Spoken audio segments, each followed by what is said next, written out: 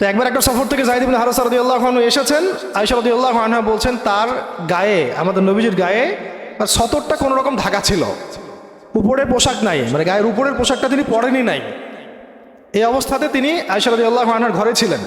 ওইখানে এসে যায়েদ ইবনে হারেসা রাদিয়াল্লাহু আনহু নক করেছেন দরজায়।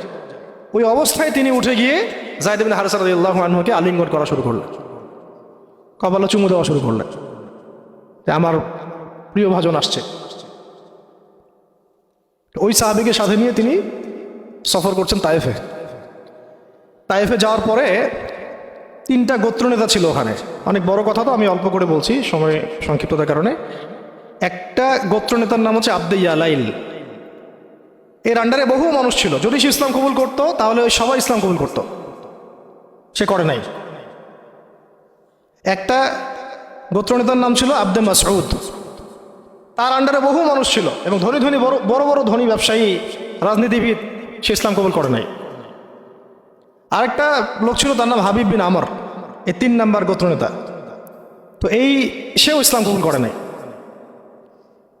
ইসলাম কবুল না করার কারণে এই 3টা গোত্রনেতার কাছ থেকে, আপনারা কি মনে করেছেন একদিন দাওয়াত দেওয়া হয়েছে?